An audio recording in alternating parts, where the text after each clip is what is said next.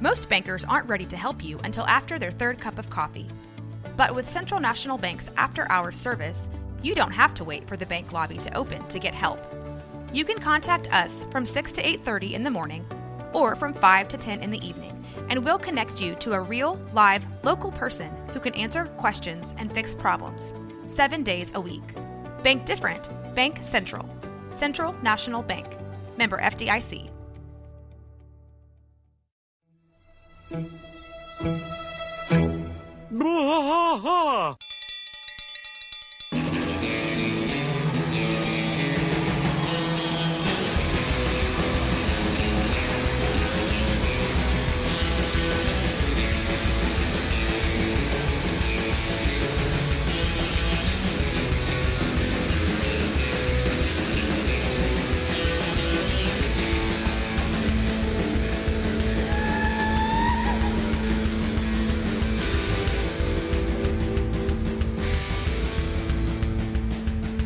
I tried to fight all through the night, deep in the heart of Texas.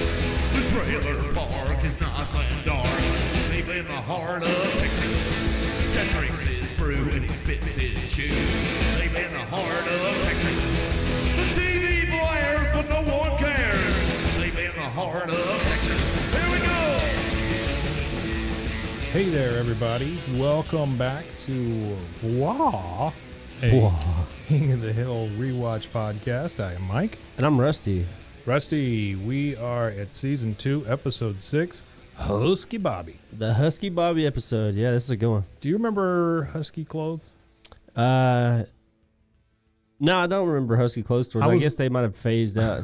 I was a little fat kid, and so I had to wear Husky clothes. Husky. I went through a phase of huskiness around puberty where the weight, like it was just, I didn't carry it well. Yeah. The chunkiness, so I looked really like, I still don't carry mine well, misshapen. But sure. And then I grew, so. Yeah.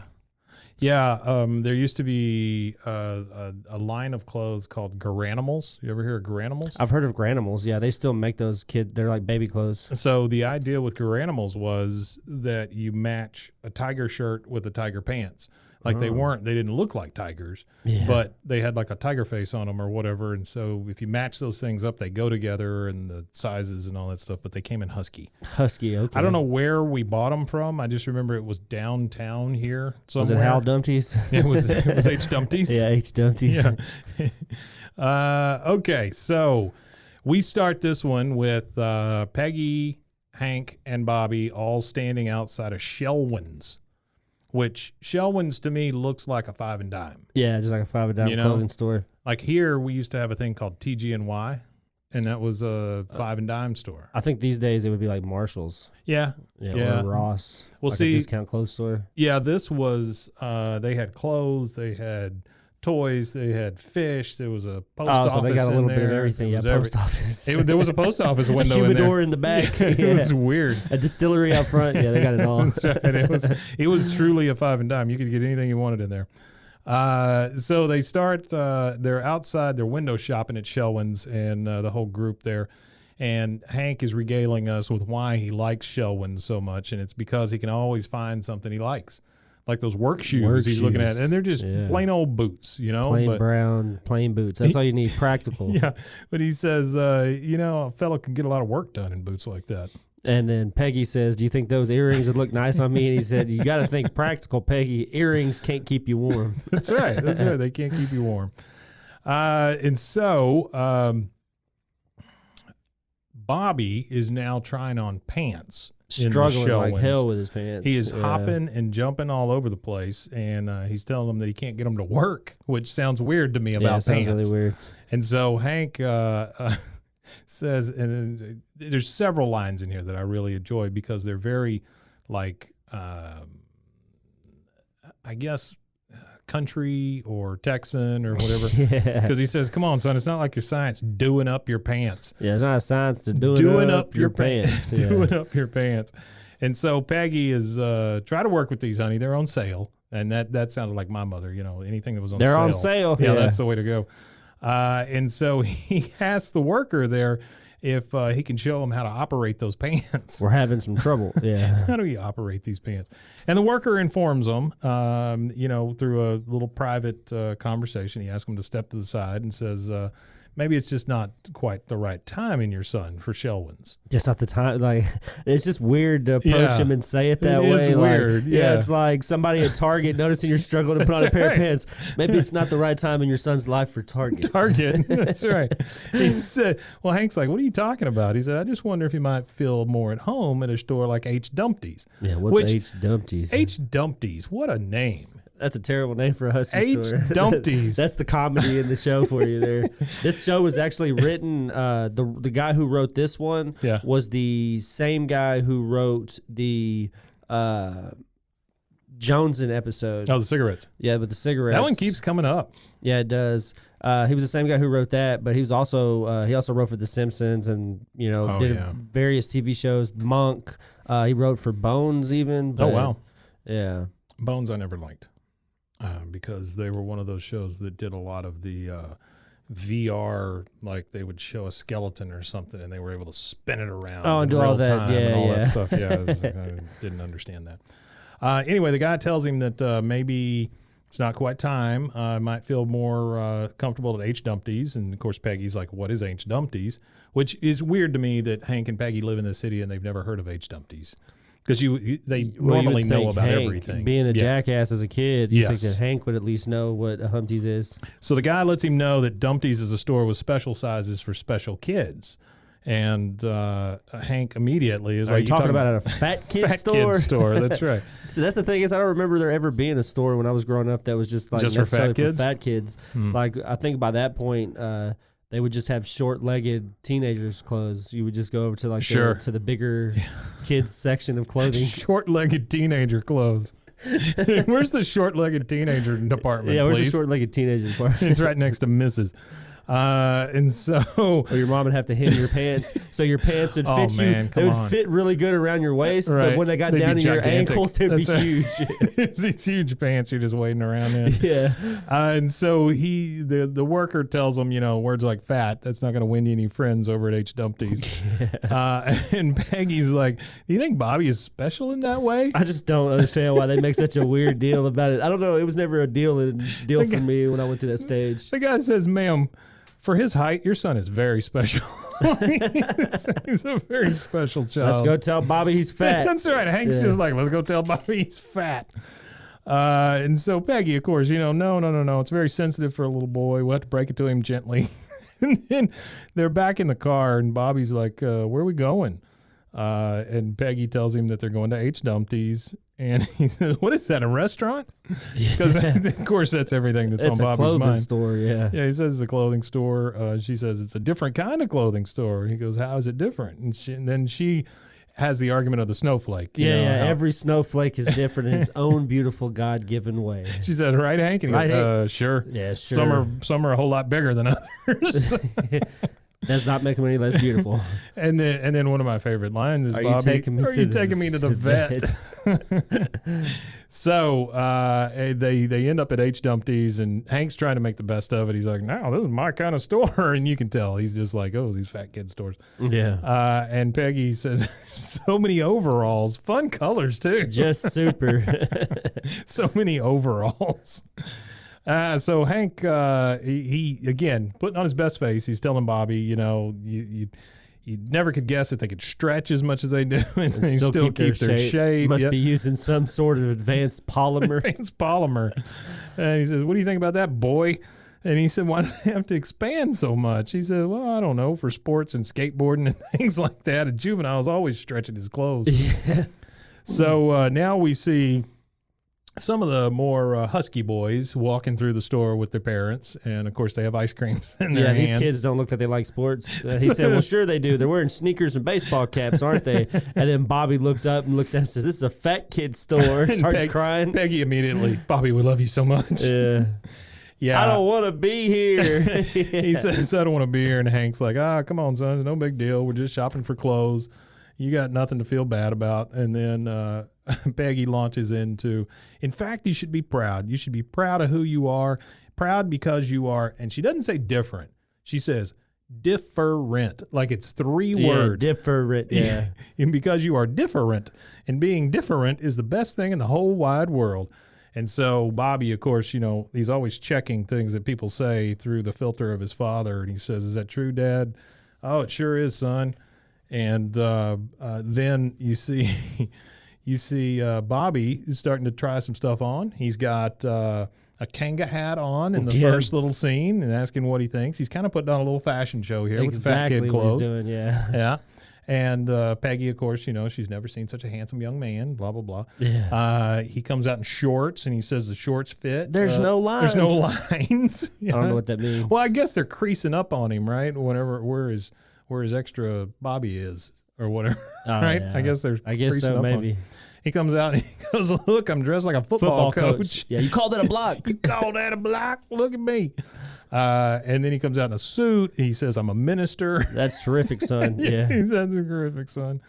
And then over comes the owner of H. Dumpty's, Hal Dumpty.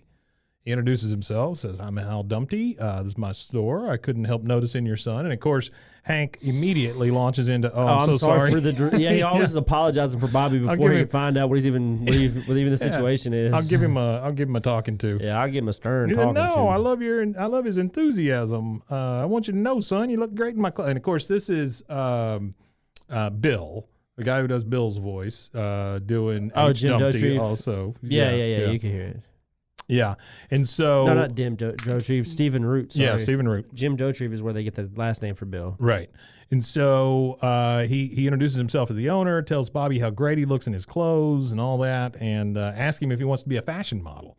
And basically says he's taken out an ad in the Arlen Bystander, which now we know is the local newspaper. Yeah. Because I think that's the first time it's been mentioned, right? Yeah. The Arlen Bystander. And he says he'd like for him to model for him. And Hank's a little taken aback, says, "You want my son to be a fashion model?" Yeah.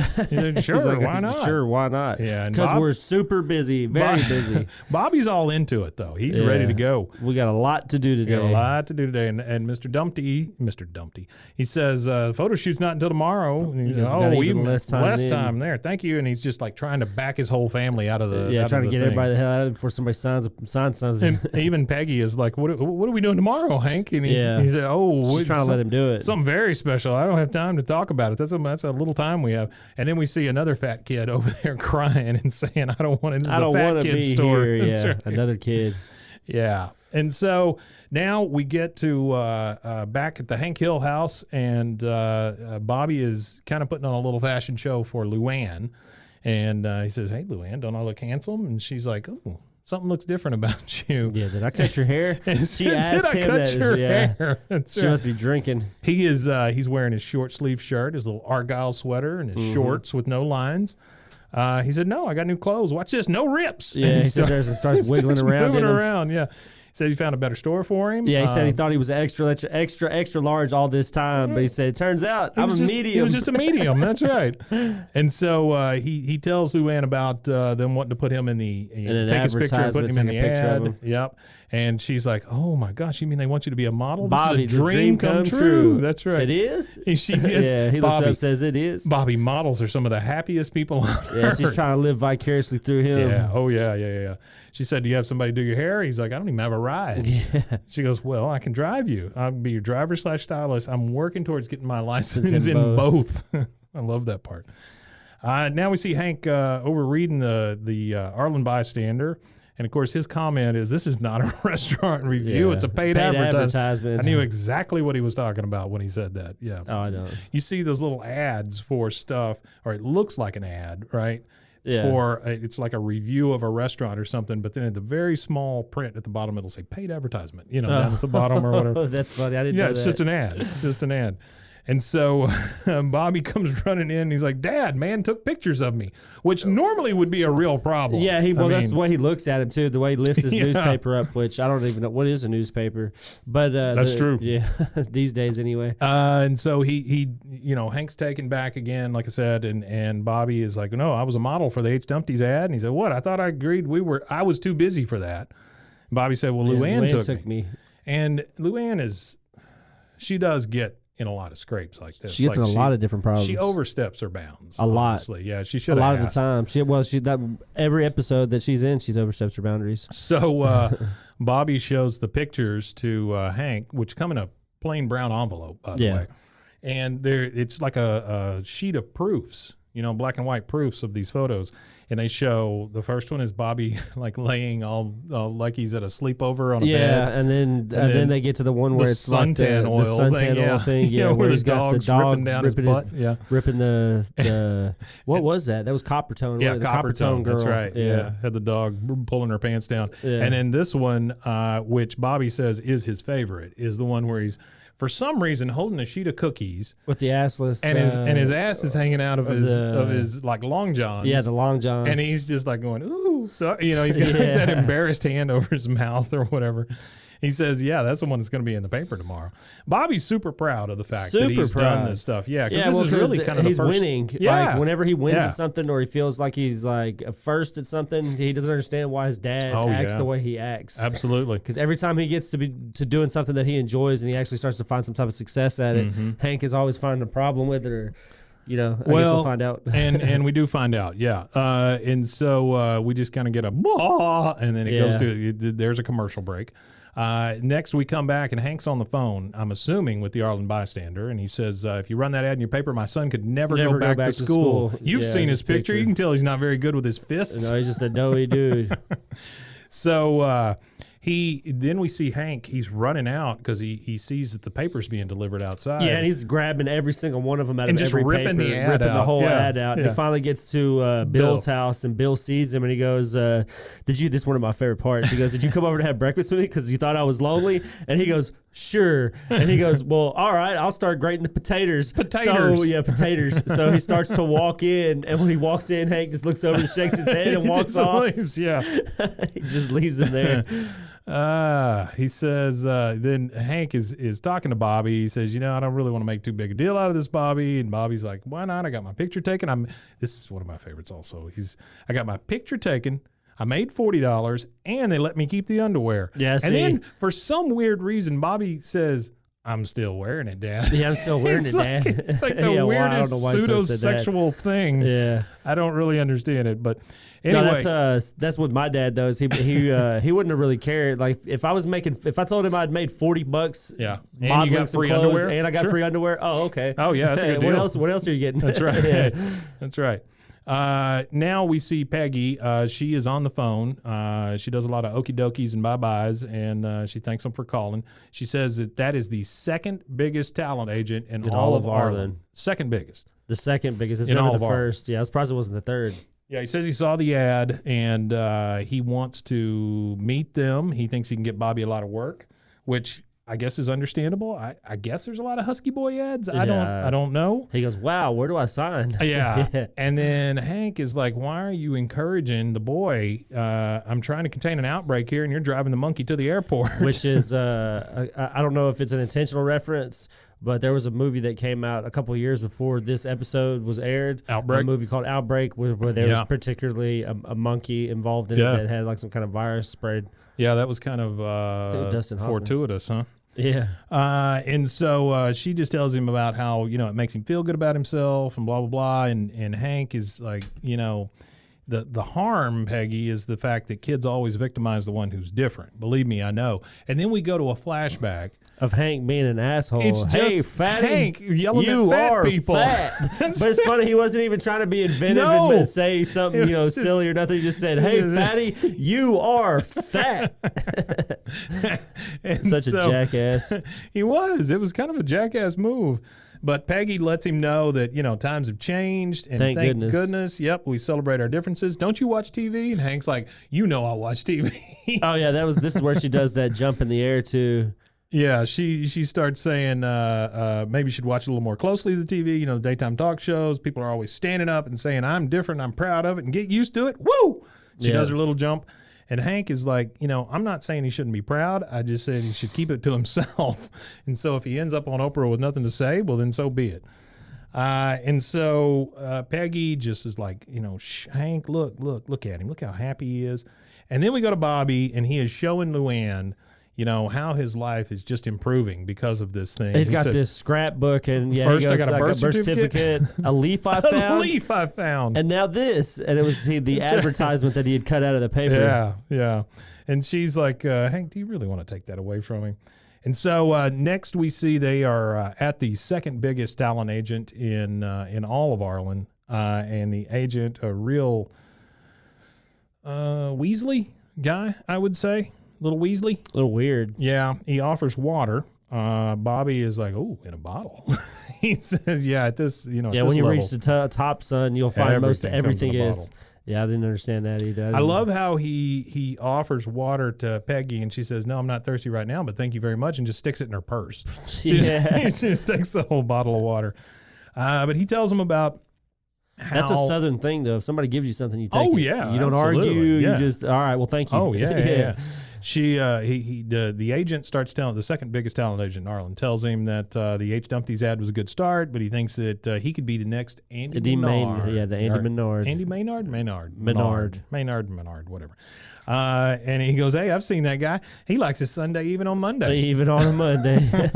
I didn't even know he was real. Yeah, Peggy's like, I didn't even know he's real. And he's real, all right. That's real hot. Yeah, and that he's got him headlining the Little Junior Plus fashion show next week, and Peggy wants to know if that's something that Bobby could do. One step at a time, Miss Hill. Yeah, he says there's a catalog shoot tomorrow for Caulfields of Texas, whatever that is, and says they're launching a new line of clothing called Gravitas. That's, and honestly, I thought that gravitas, that word and its usage, came out of like 2 or 3 elections ago, right? But this is way back where they were using the word gravitas, which I think is kind of forward-thinking. Yeah. And so Bobby's like, oh, I want that. Oh, I didn't even know it was a word. That's the first I've ever heard. Oh, really? Yeah, it's actually a word. Oh, Dignity, seriousness, or solemnity of manner. Yeah, so they used that in the Barack Obama in his election. Oh, okay. They said that he had a certain gravitas about him. And they were talking about how he was very calm, and he could calm people down and things like that. He had that gravitas, or that extra kind of, I don't know, that feeling of a leader. Yeah, there's also if you're in Washington, D.C., there's also a restaurant on 1401 Okie Street. Called Gravitas? Called Gravitas. That's 1401 OKIE Street. Tell them I sent you. Is it only for Husky boys? Only for Husky boys. No, it's actually a nice-looking restaurant. I don't know what it says. It says minimalist, industrial, chic venue, features new American tasting menus with locally sourced fare. So just pigeons. What are you, Washington, D.C.? Pigeons and dandelions. Pigeons and dandelions. But served very well. Very well. And so Hank comes in the room, and he's like trying to get Bobby off of this whole modeling thing, and he's got the football in his hand, and he said, hey, why don't we go out and toss that old pigskin around, get a little exercise? I don't think so, Dad. I got a catalog shoot. And he's sitting there with a spoon and a big-ass jar of Jiffy, just sitting there. He's just eating that peanut butter. He says, I got to watch my shape. And he says, I tell you what, if you play a little football with the old man this afternoon, I'll buy you that album by those guys I hate. Yeah. He's like, thanks, already got it. My agent gave me an advance. I also got that bike helmet you said you'd buy me if my grades improved. and this is my favorite part right here, how dumb Bill is. A working man, a man who works, 40 hours a week cutting hair for the military. He goes, all raked and bagged, Bobby. And he goes, thanks, Mr. Dotrieve. And then he hands him his money, and he goes, gives him $2 thank or whatever. you, sir. Yeah. It wasn't even $2, is a $1 bill. He's like, hey, Hank. And so Hank is really taken back by this. He's like, raking the yard is your job, Bobby. He says, yeah, but I got a career to think about now, and the yard is raked, and this peanut butter's not going to eat itself. So back to work. Yep. So next we see the boys are out in the alley, but it's just Boomhauer, Dale, and Hank. They're out there drinking, and here comes Peggy. She's like, hey, we're off to the photo shoot, Hank. See you there later. And so I'm assuming she's driving Bobby to the Caulfields of Texas Gravitas shoot. The Gravitas. Uh-huh. And not affiliated with the Gravitas of Washington, D.C. That's right. Pigeons and dandelions. And so Dale doesn't know how to insult people. No, he really doesn't. Because he says, photo shoot? What's this about a photo shoot? And he's like, nothing. And he's like, so Family Boy's getting his portrait taken. It's funny how hard he laughs, too. Did you bring your comb? Yeah. Did you bring your comb? Yeah. And then you get Boomhauer adding on to it. Yeah, man, I tell you what, he gets all pretty up and then combing his hair off the side like this is my good side, dang old pretty sissy out like that. Yeah, pretty sissy out like that. Yeah, I like that one. And then Hank, very un-Hank-like, says, you know what, guys, you ought to watch it. Making fun of people like that, you could hurt their feelings. Which, that's not something Hank says. No, that was the most un-Hank comment of this episode. You for don't sure. hurt people's feelings. You can hurt their feelings. Yeah. And then they just both, I think they both they just start laughing. They have like a deadpan look, and then they both just die start laughing. guffawing. Yeah. Yeah. So Hank shows up at the Caulfields of Texas Gravitas photo shoot, and he walks in, and this is not Hank's kind of room. Not at all. There are a lot of weirdos in there. There's a lady with a iguana on her shoulder. Yeah. Then comes a guy with well, all the women all the women are midriff exposed right. too. They're all there's cleavage out and everything. There's one guy on all fours and another guy sitting on his back holding a flower pot. Yeah, that's having their picture taken. Smoke in his face. Somebody was smoking a cigarette. There's a guy with Liberty spikes on his head. Yeah, a big punk rocker or whatever. That was the first one he saw when he walked in, and just a look on his face like, oh. But you keep seeing that guy. Like, remember when Hank has that kind of flashback of Luann's boyfriend? Oh, the dude beating his head to the wall. Yeah. Or to the tree. Kind of guy. It's the same guy. Yeah. And so Hank is looking for Bobby. He's shouting for him, and he says, hey, Dad, just in time. We're coming off of 5 now. We're just going to shoot. We're going to shoot another setup. Grab a plate and settle. That means be quiet. Yeah, grab a plate and settle. Yeah, and Peggy says, oh, hey, here we go, Hank. And Hank wants to know if he has any idea how he looks, because Bobby is sitting in that chair he's getting his makeup and he's got a little fan on him and the whole Bobby thing. deadpan looks at him dead in his eye and says on camera or off, because they're two very different things. That's right. Yeah, it's amazing how fast Bobby has taken to this world. It's like he was looking for it. Bobby assumes these roles really, really well. Oh, super easy. This episode particularly kind of reminds me of the episode where I know it's a one we haven't reached yet, but the episode where they go to Louisiana and they go meet Bill's family. Oh yeah, and he said he wears that dapper that Southern gentleman suit, and he said, "Well, I'm a flower. I'm wilting. Yeah. I'm wilting." Yeah. So then we're introduced to Carlo, who I'm assuming is the big time photographer.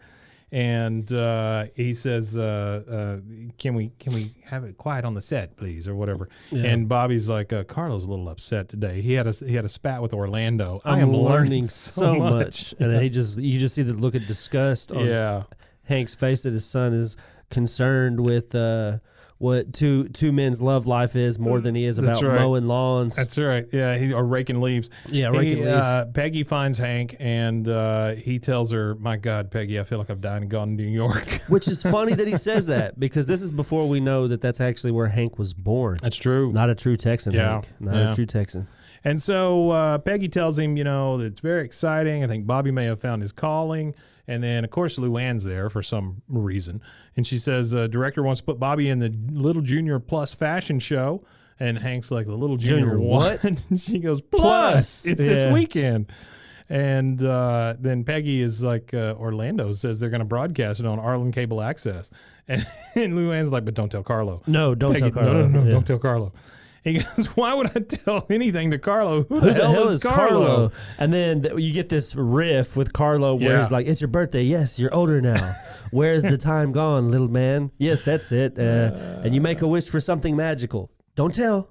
And then they switch. Dressed up like an athlete or whatever. Yeah. And then he's like, run, look at you go. Go to the 50. Go to the 60. And go to the 60. Yeah, this is your Olympic dream come true. Olympic dream come true on a football field. That's right. They try to tackle you, but you won't let them. You won't let them. Because you look too fantastic. And then they switch to a lifeguard stand. Dressed up like a lifeguard. Hey there, lifeguard, look at you. Up on your personal high. All you do, they splash and splash, but not you. Not and he's you. like, cut, that's it. Yeah, Hank has had enough. He's done. Yeah, Hank reaches his boiling point on this part. He does the most Hank thing ever here. He literally tells everybody to go home. He goes, none of this ever happens. He always does that. It doesn't matter where you're at or what you're doing. If you piss Hank off and he's done with the situation, everybody go home. Peggy's like, Hank, what are you doing? He goes, I'm not doing anything. I'm not even here. None of us are. Let's go. Hanky, yeah, they're back out in the car, and this is the first time I've ever heard him I've ever heard her call him Hanky. Yeah, this is the first which time is a little weird, right? Yeah. I mean, because we don't get that a lot. You don't get terms of endearment. Yeah. So Hanky, and Hank's just like, nope. And Bobby's because it's kind of funny that they call each other by their name so much, because my parents, they've been married like 35 years, and I don't think I've ever heard them call each other's name once. You don't even hear peg leg very often. No. You know? But so I guess that's the peg leg for Peggy is Hanky. Hanky, I guess. She says Hanky. He says no. Bobby says Dad. He says no. Luann says Uncle. She says no. And then she goes, you don't even know what I was going to say. Bobby's like, it's not fair. I've been looking forward to this fashion show for hours. I want to be a part of history, please. And he says, Bobby, there are times when a father knows best, and this is one of those times. And then again, one of my favorites, Luann. Peggy, not Peggy, but Luann. Her head is, well, in the scene where she says, you don't know what I was going to say. Right. Her head is like all the way up against the door at this point. You can't really see anything. But then when she says this, she goes, my hair is caught in the door. You can see her hair flying in the wind. She's got her hair caught in the freaking door. And so they're back at the house, and Hank is like, it's really our fault, Peggy. Somewhere along the line, we forgot to teach Bobby shame. Which, honestly, there is an argument to be made there that shame can be a good thing. You do have to have a little bit of shame sometimes. I mean, because you don't want to just walk around with your pants down around your ankles everywhere you go. Well, right? I mean, if that's what you want to do, is it? Yeah, I mean, I don't really think shame exists unless you want it to exist. Really? Yeah, I think shame is a personal problem. Okay. For individuals, because I don't think that, I think people should just, if wearing your pants at your ankles is what makes you happy in life, and as long as you're not affecting anybody. Well, that's the thing. Are you? That's the thing. Are you affecting other people at that point? Well, as long as your bare ass isn't showing. Well, see, where's the line? The line, I guess, would be nudity. That would be the societal line. Keep on your H-Dumpty underwear. Yeah, I guess that's the line. He says we can't count on the schools for everything, and he's talking about shame. Yeah. And anyway, the next day they end up going to bed, and the next day Hank is pretty sure that Bobby's going to forget all about it by the next morning. I'll take that back. Yeah, I guess there is some things that people. There should be a little bit of right. Like you can't just have like your house like just completely upside down. I was at a show the other night, and a guy was wearing a shirt that said F Ted Cruz, but it said the word, right? But I understand the sentiment. I get it, really, because I think the guy's a tool.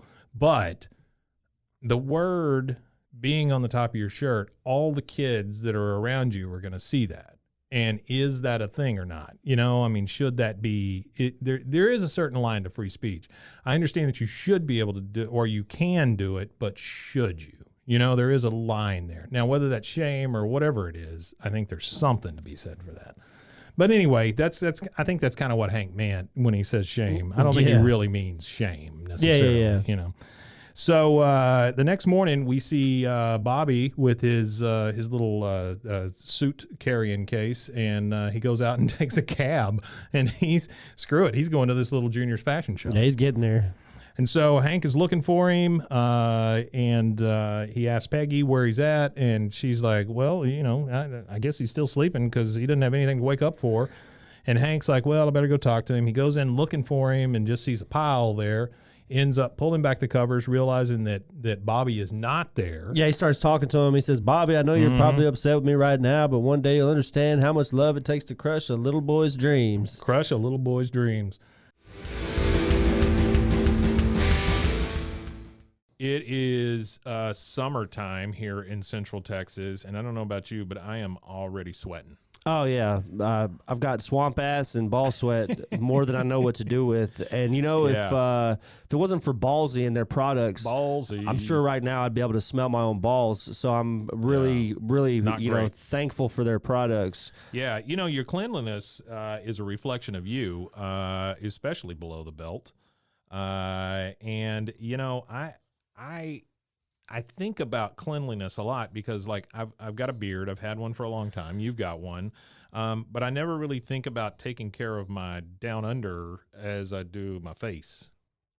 Oh, yeah, absolutely. I don't think that a lot of people, think about keeping their balls clean and fresh. No. I think that's an endemic in males is keeping our groin area clean. Yeah, because, it's no secret that balls are prone to odor, sweat, irritation. So you need something like Ballsy. Yeah, so guys, you need to upgrade your balls game with Ballsy. Yep. They've got quality, long-lasting products formulated to keep you fresh, comfortable, and confident. And for me, I tried out the Ballsy trimmer, the beard trimmer part of it. I shaved my mustache with it. That's the cool thing. It comes with both heads. It comes with both heads. So it's not like you have to use the same head on your face as you do your intimate regions. Yeah, your intimate regions. Yeah. So they got your sack covered with a ball wash, sack spray, and more. And I'll attest to the ball wash. My balls have never smelled cleaner and felt fresher ever in the entirety of my life. So yeah, I took a small sample of friends and family, and they said my balls smelled wonderful. Well, that's good. Yeah, that's good. My dog told me. It was uncomfortable after that. Yeah, I'm sure it was. Yeah.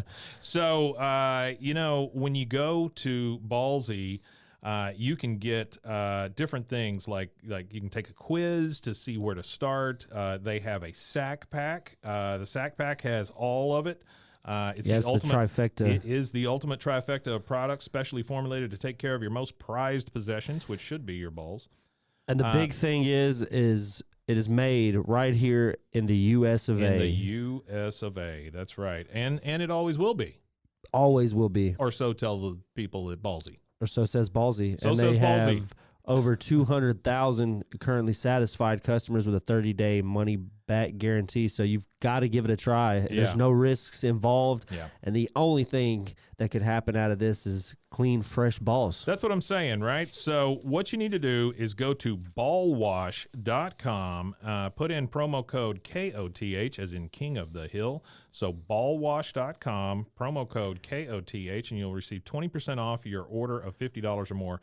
That's 20% off when you go to ballwash.com and put in promo code KOTH. So says Ballsy. Balls. Hey, Rusty. Hey, Mike. Your dog deserves tasty, healthy, real food, not kibble. Don't give him kibble. No, I like to give my dog food that's created by a vet that exceeds all industry standards. There you Fresh go. dog food, stable life. A stable shelf life and affordable. This food here, Sundays for Dogs, Mike. It's Sundays for Dogs. It's 40% less expensive than leading fresh brands. Yeah, and it's like you say, it's created by a vet. It's shelf stable, which I don't get those dog foods that are in the freezer and refrigerator and stuff. That just seems like a lot. I've got a friend of mine who makes his own cat food, which is weird.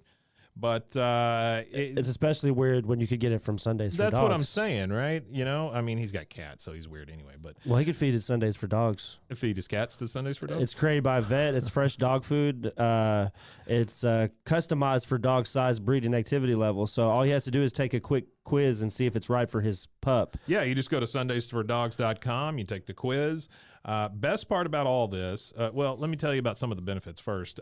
You're going to get increased excitement from your dog about eating, which my dogs are not super excited about eating because I buy them junk, but not anymore. You'll get better stool, which, if your dogs stay outside all day, that's a big deal. You'll get more energy out of your dogs, improve weight, softer coat, just a better life for your dogs if you feed them this my stuff. dog loves it. It's real easy for her to eat. She's an older dog, but it's really easy for her to eat. And she's 104. She's 104, yes. Right. And the fact not that in it's dog years, not in dog years, in human years. Yeah, she's extremely, extremely old, and I think it's due to eating Sundays for Dogs. Sure. Which the quality ingredients are really good for her health. The crap they put in, a lot of the store brand stuff is just junk for them. and a lot of filler and stuff like that. It's and like feeding your kid Doritos all day. Yeah, that's what it is. It's like a bag of Doritos. That kid's going to stop up at some point. And Sundays for Dogs is like a bag of carrots with... It is. It's like carrots and real meat and things just like good that. Stuff. Yeah. You know, if you go to sundaysfordogs.com and take that quiz and figure out the right plan for your pup, the best part about that is you can get 35% off your first order if you use the code KOTH, as in King of the Hill, KOTH, and you'll get 35% off your order. Wow, 35%. That's a big deal. That you know, deal. most of these things you hear is 10%, but for this one, you go to sundaysfordogs.com, enter KOTH as the code, and get 35% off. Yeah, that's great. Woof. Watch us fight all through the night, deep in the heart of Texas. So the next morning, he is looking for Bobby. He goes in looking for him, finds a pile, pulls that back, realizes that Bobby's not in there, runs into Luann and says, you know, Bobby's gone. You got to tell me where he is. And then he's like, oh, no, not you too, because all he sees is a pile in Luann's bed. Ends up pulling all the clothes back, or the covers back, and it's Luann and Buckley in the bed. Yeah, this is one of my favorite lines probably of the entire series. Yeah. He looks at both of them and he says, I'm in a crisis situation. I got to find Bobby. You two take turns kicking each other's asses. Yeah, that was great. And so he runs out. That's a great line. Fantastic. Bobby arrives at what I'm assuming is the mall. I think they do say the name of the mall Yeah, I at think some it's point. at the mall. But he's at the mall. He arrives. I'm Bobby Hill. I'm here for the show. You're a talent. The lady's like, yeah, Bobby Hill, you're talent. Here's your complimentary tote bag. And Toilet then water. Bobby pulls out the toilet water, and he goes, cool, that's like for an emergency or something, right? The hell is toilet water? It would be like cologne. Oh, cologne. Yeah, old Okay. people used to call it toilet water. Oh, yikes. Yeah, not a great name. Oh, yeah, well, it does say on there EAU. Like, it always like the Eau de French. toilette. Eau de toilette. Mhm. Yeah.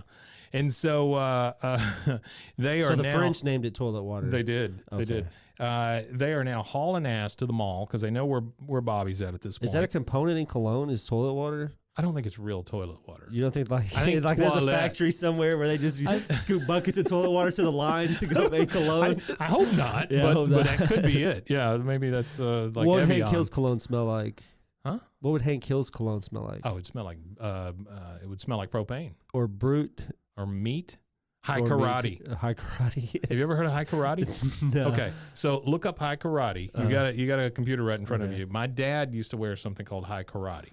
Right, High karate cologne. It was a cologne you could buy at like Eckerd's or CVS Yeah, or but Walgreens there's or whatever. TV commercials. I'm Right. gonna watch that. I'm gonna Oh say yeah, that. it was a I'm gonna check guy it out. that would just like kick at the screen or whatever, and it was Oriental lime, musk, Oriental spice. Oriental lime. What is? I don't even know what I that don't know. is. First launched in 1967. Yeah, I'm gonna see if I can find a vintage bottle of it. My dad would wear high karate, or he would wear whatever the smell was, some sort of musk that came out of the Avon bottle that was shaped like a car. Okay. Yeah, my dad. It was one of it was those two. Brute or Stetson Black. Yeah, Stetson. Yeah, That's I what can my see that. dad liked. Yeah. And so they are hauling ass to get Bobby to the mall or at the mall. And Peggy's like, it doesn't matter how fast you drive, Hank. We'll never get there on time. We might as well face it. We're missing his big moment. Yep. No, we're stopping his He's big stopping moment. his I didn't big- fill up with 89 octane for nothing, which is a low octane gas these 89 days. octane, yeah. And so now we're at the mall. And, okay, I need your help. What is this kid's name? The one that, you're poor. Or what? What is his name? Oh man! If Yeah, you wouldn't ask me, I would have been able to ever tell you. remember this kid's Oh, name. his name is Stuart Dooley. Yeah, Stuart Dooley. Yeah, I So remember. Dooley now. Okay. comes up and he's like, "What is this?" And the lady tells him it's a fashion show for plus size boys. Plus, there's going to be music, a fog machine. Which it all that's Mike goes. Judge's voice, by the way, is Dooley. Mike Judge Oh, does yeah. his voice. Yeah. Which I went back last night and I went on Paramount and I noticed that they have all of Beavis and Butthead on there again, all Right. the old Beavis and Butthead, and But they've remastered them. they've remastered it. But what the funny thing is that Mike Judge said the reason why on the DVD, because the DVD release of Beavis and Butthead had 0 music videos because they didn't want to go through all the legal stuff to get all the rights to have all the songs on the DVD. Yeah. But on the Paramount Plus version, they have all the music videos on there because Paramount Plus is a huge corporation yeah. and they are able to do the legwork. I'm sure they own half the catalog too. Yeah, it was you know? crazy. It was. I was watching. I was like, man, it was. so much Mike Judge because he voiced the majority of it. They've got the new Beavis and Butthead Do the Universe or whatever. That's coming out soon. Space or whatever. Well, it's it was called. really cool here in I guess is it Mr. Anderson, Tom Anderson or something is the name of the dude, their neighbor. It's cool listening to him because you hear because of course he's the model for Hank, but there's a lot of Hank isms too, like old man front yard type, humor and stuff like that just kills me throughout the whole. I was watching, I couldn't stop laughing all night last night. So the lady lets them know that there's going to be music, there's going to be a fog machine, it goes to benefit the schools. Plus, there's free donuts. Yeah, we'll do it for the schools. We'll do it for the schools. Yeah. And so now Bobby gets to meet Andy Maynard. And he says, I'm going to be in the show with you. And Andy, of course, is a big tool. Yep. He's like, don't put your stuff down there. I call this whole makeup counter. And whole makeup counter, yeah. If you don't want to get in trouble, get me a brownie. He says, he asked him if he got the free tote bag. Yeah. Which Bobby was super excited about. Worst one I've ever seen. Andy's, he says it's the worst one he's ever got. And so here comes Hank. And Hank runs in and he says he's looking for Bobby. He pulls back a curtain and there's a bunch of boys without shirts on, a bunch of portly boys without shirts on. And he goes, relax, it's nothing. It's like nothing I've ever seen before. And then he cuts his head down and he's like, And so the agent is now telling Bobby, don't say I didn't hustle for you. I got you on first. And Bobby's really surprised by this. He's like, first, me? But what will Andy Maynard think? And then Andy comes walking up and he goes, I'll tell you what Andy Maynard thinks. Andy Maynard always goes on first. Yeah. Right. Starts crying, yeah. And so Bobby's like, do you think I'm really ready for this? And the agent tells him, I don't think you are. I know you are. Now go out there and knock 'em dead, sailor boy. Yeah, knock 'em dead, sailor boy. He's wearing that stupid sailor hat. Sailor hat, yeah. Yeah, and so Hank finally finds him and says, you going to come quietly or do I have to carry you out baby tantrum style, which I'm assuming is lots of fists and legs kicking. Yeah. And Bobby's like, you can't make me leave, Dad. I'm going on first. I've never been first in anything. So again, here comes this thing where Bobby feels like he's winning and Hank is tearing it apart for him. And so he lets him know that he's going to be first. And he says, tell you what, you can be the first to drop out of this show. And so Bobby, again, he's like, why are you always trying to turn me into you? Why can't you accept me for who I am? And then Hank goes, well, we both saw that after school special, but I'm not an alcoholic and you're not an ice skater. But, it could be said that he is a alcoholic, though.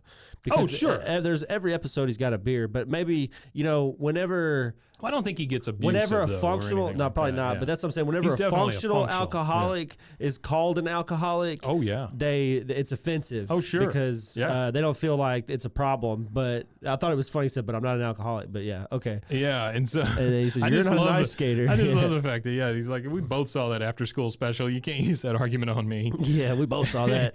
And so he just says, "Come on, son. I'm not trying to keep you. I'm trying to keep you from being embarrassed." And which Hank really does think he's doing the right thing here. He doesn't want to see his son. He doesn't want to see He doesn't want to see his son embarrassed. He doesn't want him to go through. Which is crazy because my dad lived to embarrass. He actually enjoyed embarrassing us. So there was a one act play, and I was the MC for it. Oh, and so it's me and 40, 50 sets of parents. Yeah, and I do the whole MC thing and.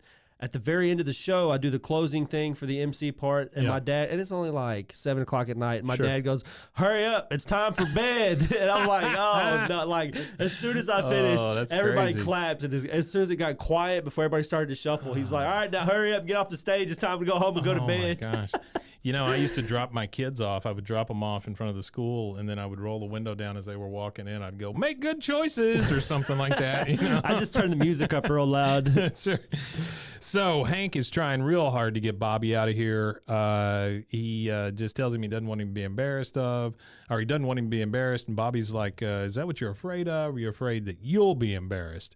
And so here comes the agent, and he asks Bobby if he's too sexy for his shirt, which, was a big song at that point. Yeah. You know that song, right? Yeah. I'm too sexy for my shirt. My shirt, too sexy for my shirt. So sexy, it hurts. He says, I'm sorry, Mr. Stokes, which I guess is that the first time we've heard the name of the agent, Mr. Stokes? I think so. I thought it was too. Maybe. And he says, I want to do the show, but my dad won't let me. I guess I'll never get my moment in the spotlight. And then Hank is like, Okay, wait. And you think he's going to say, okay, Bobby, do what makes you feel good or whatever. And he says, yes, Dad. He says, why don't you drape this poncho over you while we get to the car? Which is funny, yeah. Yeah, and so now we get the big moment, the Little Junior Plus. We get pageant. the name of the mall as well, right? Oh, here. that's true. The Arlen yeah, it's Galleria-plex. Galleria-plex. I did underline that. They are proud to present fashions for a new millennium. Yeah, we're getting ready to break the millennium here on this one. This is November of 97, this episode. Yeah, so it's getting real close. Yeah, really close. And Bobby says, no, let me go. I have to get out there before the whale spouts confetti. Do you remember that, though? Like the years build up before millennium? Sure, yeah. I remember moving over here in 96, and I remember from like 96, 97, 98, 99, because that's when I became conscious of culture, period, was like 96, 97. And then I remember on TV all the time, the new millennium's coming. The new millennium's coming for like 5 years. Oh, and everybody was so worried about the Y2K everybody thing. was so worried about it. I was working in IT at that point. So, yeah, it was a madhouse. It was probably a nut house. Yeah, I can imagine. All the programmers thought that everything was going to shut down. I have a buddy that I play video games with that does, he does 911 systems for all of North America, and he remembers around September 11th and how nuts he was like, because he's been doing it for like 30-odd years. And he was like, it was just insane. Oh, absolutely. For everything. He's like it was literally, he said it was literally more people doing all this fail-safe stuff that was causing problems than there was actually a problem need to be caused. Well, you got all the hoarders, the preppers, the all of that stuff. All the ham radio guys. You got all the guys, thinking that the world was going to end, everything was going to go into complete chaos, and then you got 9/11 right after that. I mean, it was like 4 or 5 years there. It was crazy. Just nuts. Yeah, you think it's nuts now, but the Bush it recession was pretty nuts then too. Yeah. It was about the same kind of thing. And so he lets him know that he needs to get out there before the whale spouts confetti. And Hank finally gets him off of there and puts him over his shoulder, and he's carrying him out. And then you see Dooley and his dumb friends throwing donuts. So they start chunking donuts at everybody. Oh, yeah, but before that, Bobby's hat falls off his head, and that Maynard guy walks up and says, see you later, navigator. Takes the hat and walks off. And then as soon as he grabs the hat and walks off, he's like walking straight onto the catwalk. And then that leads up into this the teenagers whole thing, getting donuts thrown at them. Yeah, they are throwing donuts, and it is like a... It's like a war movie or something. Everybody's getting hit in the face with a donut, and people are falling down and grabbing at the curtain and all this stuff. And then a guy walks up with more donuts, and he says, where do you need these? He goes, right here's fine. And he just keeps chunking them. Just chunking them. And then what I love is when the carnage settles, then the whale blows the confetti out of it. At the end of it all. And then it goes back to Bobby and Hank, and Hank goes, Bobby goes, well, wow, Dad, how'd you know that was going to happen? He goes, I just know something about human nature, son, which he knows something about human nature because that was his nature at one point. He says if you put teenagers and Husky boys and donuts all in the same place, you're just asking for trouble. Well, and he's not really free of that either. He would still make fun of somebody for being fat. Oh, sure. I think especially if he were around the guys in the alley. Especially if it was Bill. Because Dale would be like, oh, fatty, fat. And Bill, I mean, they make fun of Bill all the time for being overweight. That's true. And so even though Hank is like when Hank's you talk not about exactly skinny. when you talk about ones that are big, it's Hank and Bill, and the other two are the ones that are like. Well, Hank's definitely got the beer belly with no ass, right? Yeah, he's that stereotypical Texas guy with the white T-shirt, beer belly, no ass. Yeah. And then Bill, of course, is just a big dumpy guy. Big sloppy. Yeah. Which is weird because he's the only one in the military. And then you've got Dale, who is just. He's skinny because of smoking. He just smokes cigarettes, and then you got Boomhauer's fit. Fit. Boomhauer seems fit. Wears his. I would say Boomhauer's fit. Well, he wears the speedos and stuff. Yeah, he wears the black shirt, the real slimming black shirt. Yeah. It's kind of dresses to me like what I would imagine like Patrick Swayze would dress like. When I visually like see him walking down like Hollywood Boulevard, I imagine he would be in like a black shirt. Patrick Swayze, Matthew McConaughey, that same kind of look. That suave Southern dude. He says, Bobby's like, I feel good right now. I feel like this guy will get me out of anything. I'm going to have Bill wash your car. Yeah, I'm going to have Bill wash your car. Pats his dad on the back. Yeah, I'm going to have your best friend wash your car, Dad. He says, it goes to show a father knows what's best for his kid and the mother, although well-meaning is usually wrong. Usually wrong. My That's lifetime Peggy. average is still higher than yours, mister. Or have you forgotten Solo Flex? Do you remember a Solo all right, Flex? Peggy. No, I don't remember what that is. So Solo Flex was one of those exercise machines that you bought off TV. TV, and it used the bands to give resistance. And everybody for a while had a SoloFlex machine where they would work still out. Get a SoloFlex. Oh, I don't doubt that. Founded in 1978, and they're still going. Yeah, they still have parts. Learn about whole body vibration. Okay. I don't want to learn about how it that, works. but okay. Research and articles and testimonials. It sounds like Testacuzzi. Yeah, there you go. So anyway, she is making fun of Hank on the way out. They're all, everything has kind of summed itself up and come to an end here.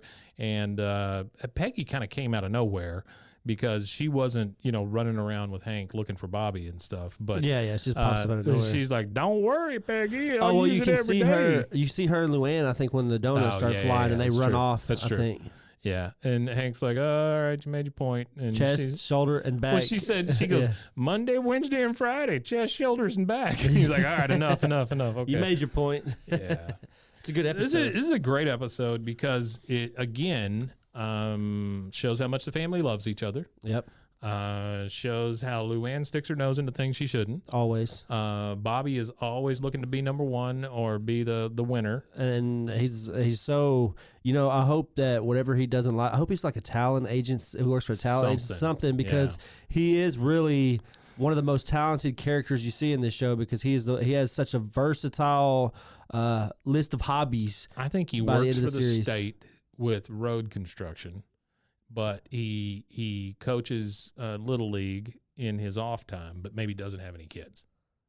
I actually think he and Con Jr. are married. You think so? Yeah, I think they're married. I think they live in some bohemian atmosphere somewhere. Maybe. And they're the couple you see on like HGTV where it's like she's an underwater basket weaver, makes $6 million a year, and he's a master crayon mixer or something, and he makes $2 million a year. Yeah, some crazy stuff like that. I don't know, man. I think you're absolutely right, though. He is kind of one of the most talented ones, that he could do pretty much anything he wanted to do. Yeah, everything he sets his mind to do, he's always successful at. Like even when he did the comedy stuff, he ends up on a stage doing comedy. What are you talking about? Yeah, he ends up bumping elbows with like all of these people and different things and atmosphere. He goes out there and hits the golf ball. He was actually decent at golf. From the Willie episode. And he was good at he's good at some stuff. I think he is good physically more than his dad gives him. I think he has the hand-eye coordination down, if not the physicality part. He does, and I think it's because Hank had it also, and of course Peggy was fast-pitch softball and all that stuff. And that takes a lot of that takes more hand. Fast-pitch softball is more hand-eye coordination than football. I don't even know to be able to release the ball. And I don't even know how they keep their arm on. I don't either. That's some crazy stuff. I don't know how they're. They have less. From what I was reading, they have less injuries than like actual baseball players because of how they rotate their arm when they launch it. It's less because it's like it's all the force at once. And when they do like a baseball throw, because your arm extends and extends your shoulder and stuff. But since they do like this rotational deal, the energy is transferred differently through their arm, and it causes less strain on their tendons. I guess that makes sense. Yeah, I guess. I mean, sure. I'll take your word for it. That's what it said. Yeah. I mean, it was on some health.org site. So. It's like it's an email I got. Some email I got. All right, so that is Husky Bobby, season 2, episode 6, King of the Hill. Another great one. And next week we will be moving on to season 2, episode 7. Really clipping along here. Yeah, season 2's flying. We'll be midway through soon. Yeah, this one is a longer season. 20, 22? 20-ish. Yeah, I don't know, something like that. I think most seasons used to be like 22 episodes. 22 probably. Yeah. Actually, it fluctuates, I think, with King of the Hill. I think sometimes they'll have 20, and then sometimes they'll have like 18, and then sometimes they'll have 22. Well, I think they were on air during the writer's strike and different stuff like that too. So. There was a lot of those things happening in the 90s and 2000s and stuff like that. Maybe with our strikes. Maybe our fact checker could come up with a few points for us. We hadn't heard from you this week, man. So hit us up. RDX. Hit us up. All right, guys. Well, thanks for joining us again, and we will see you next time. Check out all the other shows at roguemedianetwork.com, and they can find us on socials. At BWAAAKOTH, Bois, KOTH. That's on Instagram, Twitter, Facebook, and TikTok. Woo! That's a lot. Yeah, it's there. All right, man. We'll see you next time. Wimatanye. Or Escúchame, rather. Escúchame.